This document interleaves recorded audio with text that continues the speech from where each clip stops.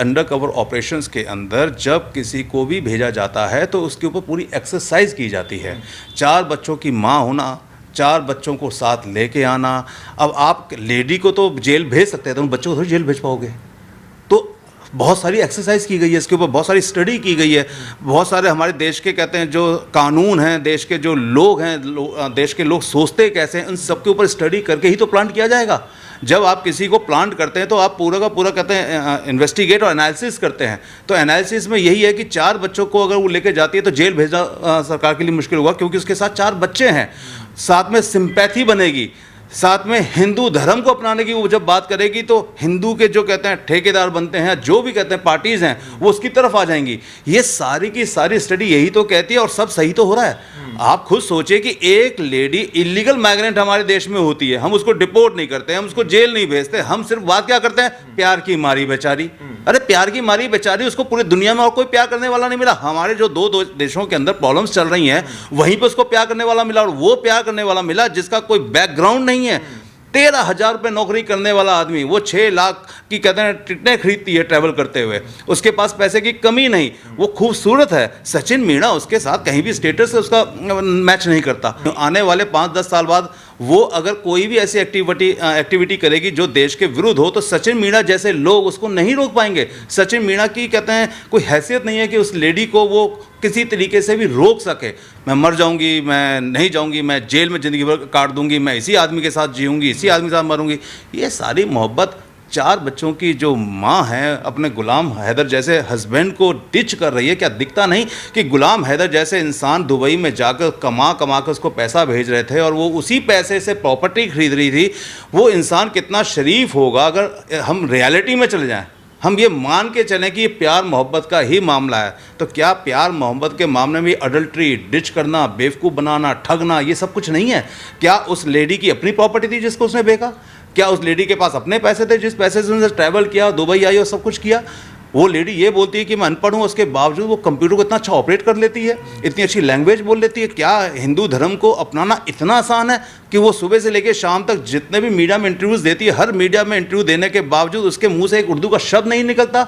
और सबसे बड़ी बात ये भी है कि वो लेडी बोलती है कि मैं अनपढ़ हूँ, हमारे समाज में औरतों को दबा के रखा जाता है। जबकि अगर आप उसका व्यवहार देखेंगे, आप रियलिटी समझने की कोशिश करेंगे, तो वो लेडी अपने देश पाकिस्तान के अंदर अपने हस्बैंड से लिए हुए पैसे से एक प्रॉपर्टी बनाती है, फिर उस प्रॉपर्टी को डिस्पोज करती है, बेचती है, वहाँ से पैसा इकट्ठा करती है, पैसा इकट्ठा करके दुबई जाती है, दुबई जाकर फिर वो पोखरा आती है, उस आदमी से शादी करती है जो कि इलीगल मैरिज है, और फिर वो हिंदुस्तान आती है। जब हिंदुस्तान में पकड़ी जाती है और पुलिस की इन्वेस्टिगेशन पता चलता है कि उसके पास कई पासपोर्ट हैं, कई मोबाइल्स हैं, कई सिम्स हैं, ये सारी बातें अपने आप में साफ बताती हैं कि ये लेडी कहीं ना कहीं प्लांटेड है।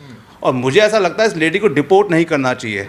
डिपोर्ट हमेशा उन लोगों को किया जाता है जो हमारे देश में फ़्लाइट के द्वारा आते हैं, उनके पास किसी तरीके के वीज़ा या कोई और प्रॉब्लम्स होती हैं, या उनके पास कोई इन्फॉर्मेशन उन्होंने गलत दी होती है। यहाँ पे तो ये लेडी पूरी प्लानिंग करके 3-4 साल 2020 से वो ट्रैप कर रही है, कहते हैं उस सचिन मीणा को। सचिन मीणा की कोई एजुकेशन नहीं है, कोई बैकग्राउंड नहीं है, कोई फैमिली बैकग्राउंड नहीं, कोई फाइनेंशियल स्टेटस नहीं है। ऐसे में उसको ट्रैप करना कहाँ मुश्किल था? वही हमारा सवाल है सर, सचिन मीणा को ही क्यों चुना गया? क्योंकि अगर कि जासूसी करवानी थी तो किसी फौजी को चुना जाता या किसी बड़े आदमी को चुना जाता जो सेना में होता या कोई पुलिस की पोस्टिंग में होता, लेकिन सचिन मीणा जो एक परचून की दुकान पर काम करता, उसी को क्यों चुना गया?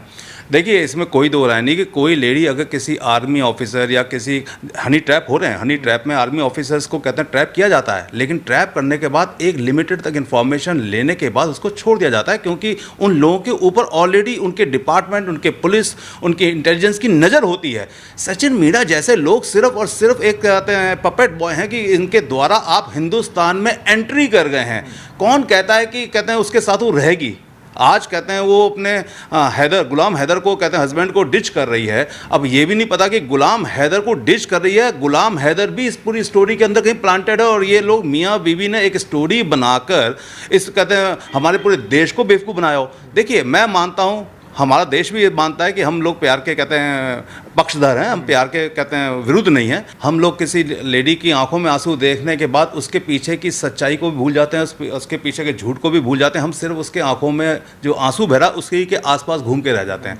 ये सॉफ्ट हार्टेड होने की वजह से हम 50 साल से पड़ोसी देश की जो कहते हैं रणनीतियाँ हैं, जो हमारे देश के अंदर सुबह से लेकर शाम तक प्रोपेगेंडा कर रहे हैं, हमारे देश के अंदर लव जिहाद चला रहे हैं, हमारे देश के अंदर जगह जगह आतंकवादी गतिविधियां कर रहे हैं, वो सब हो ही इसी वजह से रही हैं क्योंकि हम लोग सॉफ्ट हार्टेड हैं। हम लोग कह रहे हैं अरे ये तो बहुत अच्छी बात है, कोई मुस्लिम लेडी आके हमारे देश में कहते हैं हिंदू लड़के से शादी कर रही है। ठीक है, आप सॉफ्ट हार्टेड हो जाइए, लेकिन सॉफ्ट हार्टेड होने के बावजूद आपको अपने देश के प्रति भी तो सोचना होगा। पहले हमारे देश में होता था कि कुछ भटके हुए मुस्लिम लड़कियों से शादियां करके लव जिहाद के नाम पर कहते तकलीफ दे रहे थे। ठीक है, जैसे ही वो एक्सपोज होने लगे, अभी एक नई स्टोरी चल गई कि पाकिस्तान से लड़कियां आएंगी और वह हमारे देश के लड़कों को कहते हैं किसी तरीके से बरगलाएंगी। और कौन लड़के? क्या कोई पढ़ा लिखा समझदार लड़का ऐसी हरकत करेगा? नहीं। सचिन मीणा जैसे लोग, ऐसे हमारे देश के अंदर कितने सचिन मीणा जैसे लोग हैं जिनकी शादियां नहीं हो पाती, जो हमारे समाज में ऐसे कितने पुरुष हैं जिनको कहते हैं शादियों की लड़कियां नहीं अवेलेबल। ऐसे समाज के अंदर अगर कोई पाकिस्तान से खूबसूरत लड़की आकर एक उसको कहते हैं ट्रैप करे, आने वाले 5-10 साल बाद वो अगर कोई भी ऐसी एक्टिविटी करेगी जो देश के विरुद्ध हो, तो सचिन मीणा जैसे लोग उसको नहीं रोक पाएंगे। सचिन मीणा की कहते हैं कोई हैसियत नहीं है कि उस लेडी को वो किसी तरीके से भी रोक सके।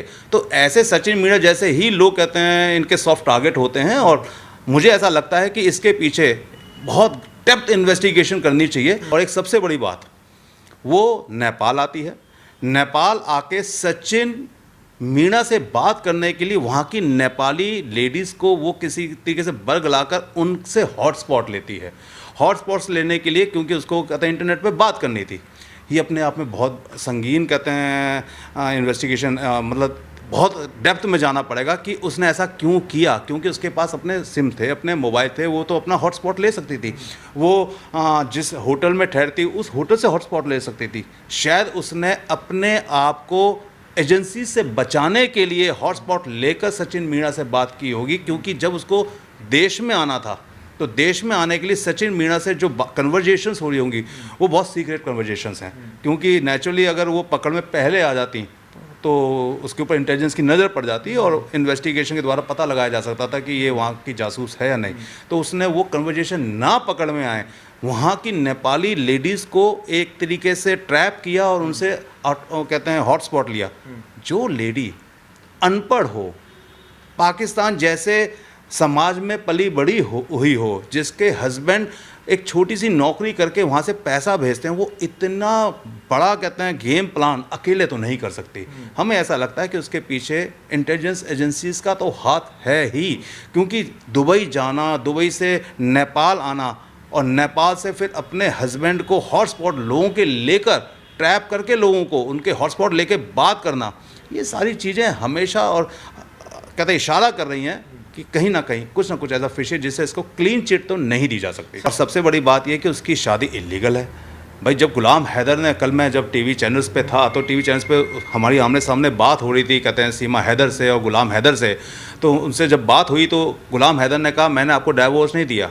तो उसने कहा कि मैंने आपसे डाइवोर्स लिया था, आपने दिया नहीं, मैं अब दोबारा बोलती हूँ निकाह कहते हैं तलाक तलाक तलाक। तो हिंदुस्तान में तो ये 3 तलाक कब के ख़त्म हो चुके, मोदी जी ने कब के ख़त्म कर दिए हैं। तो ये वैसे ही वैलिड नहीं है। तो इसका मतलब उसके पास अगर कोई सच्चा कोई ऐसा पेपर होता जो वैलिड पेपर होता तलाक का, तो वो साथ में लेके आई होती और वो आज दिखा रही होती मीडिया को कि देखो जी मेरा वैलिड पेपर है, मेरा तलाक गुलाम हैदर से हो चुका है और मैंने पोखरा में जाके कहते हैं इस लड़के से शादी कर ली और मेरी शादी वैलिड है। तो जब शादी वैलिड नहीं है, आपका इलीगल माइग्रेंट है, तो आपको तो डिपोर्ट होना ही होगा, आपको तो जेल जाना ही होगा। ये जो आंसू दिखाना और ये कहते हैं अपना इमोशनल कहते हैं कार्ड खेलना और रोना चिल्लाना और 4 बच्चों को आगे कर देना कि 4 बच्चे कहाँ जाएंगे। नेचुरली हमारा देश ये जरूर सोचेगा, सरकार ये सोचेगी 4 बच्चों का क्या करना है, तो उस कंडीशन से जेल ना भेज के शायद डिपोर्ट करना पड़ेगा। सर आखिरी सवाल, आपने देखा जो सीमा हैदर ने कहानी बताई, वो कहती है कि मैं इसलिए फंस गई क्योंकि हमें बच्चों का एडमिशन कराना था, उसके बाद हम वकील के पास जाते हैं बुलंदशहर, लेकिन वकील साहब अगले दिन पुलिस भेज देते हैं। देखो वकील साहब ने तो बहुत अच्छा किया। वकील साहब अगर ऐसा नहीं करते तो उसकी मदद के नाम पर कहते हैं कहीं ना कहीं वो भी अरेस्ट होते। और सबसे बड़ी बात है कि हमारे देश के अंदर एक स्पेशलिटी है कि अगर पाकिस्तान से जब हम कोई बात करते हैं, पाकिस्तान के किसी व्यक्ति से हम बात करते हैं तो हम थोड़ा सा अलर्ट हो जाते हैं और 10% होशियार हो जाते हैं। तो ऐसे में वकील साहब ने तो बहुत सही किया जहाँ तक मैं समझता हूँ।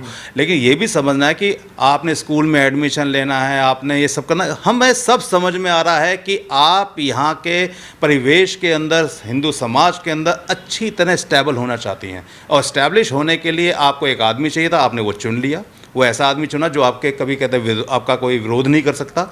आपने स्कूल में बच्चों को एडमिशन कराना था, बच्चों को एक बार एडमिशन हो जाता, 6 महीने बाद आपको आधार कार्ड भी यहाँ का मिल जाता, फिर आप पैन कार्ड भी यहाँ बना लेती हैं, फिर बैंक में कहते हैं आपका नाम भी होता, और फिर आप धीरे से बोलती मैं नेपाल की थी, पाकिस्तान को अब ख़त्म कर देती, मैं नेपाल की थी और मैं अब यहाँ आ गई हूँ इस इंसान के साथ शादी करके पोखरा से। और उसके बाद वो यहाँ पे आराम से 4, 5, 10 साल रहती, और उसके बाद जो उसको कोई एक्टिविटी करनी थी, जो भी उसको कोई इन्वेस्टिगेशन इन्फॉर्मेशन गैदर करनी थी अपने आकाओं के कहने पे, वो उस चीज़ों को कदर करती। लेकिन वो पहले ही पकड़ी गई। अब पहले ही जब पकड़ी गई तो नेचुरली आप पकड़े जाने के बाद कोई सा भी कार्ड खेलो, क्योंकि आपको पकड़े जाने के बाद ये तो बताना पड़ेगा ना कि आप हमारे देश में क्यों आए हो। तो इससे बढ़िया एक लेडी के लिए क्या हो सकता है कि मैं इससे प्यार करती थी इसलिए आ गई हूँ, पबजी खेलते खेलते प्यार हो गया।